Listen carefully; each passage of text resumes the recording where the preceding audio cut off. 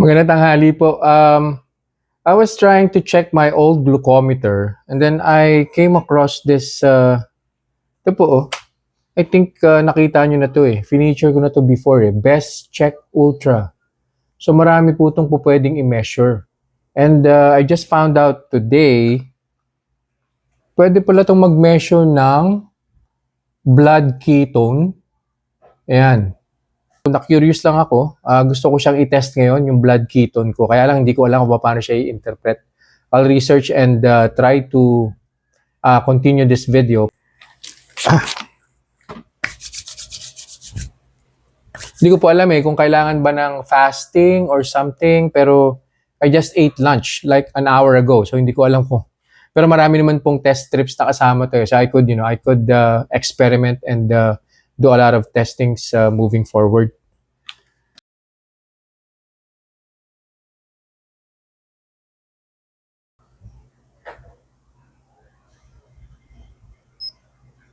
Yun. 0.6. So, hindi ko po alam kung ano pong ibig sabihin niya 0.6. Pero i-research ko po yan. Yan. So, ang sabi po ni Google, 0.6 mmol per L or per, I think this is per liter, is generally good. It means your body is in nutritional ketosis using fat for energy. Levels between 0.3 to 3.0 mmol per liter are often considered the sweet spot for fat burning and weight loss. So 0.6 is perfectly fine.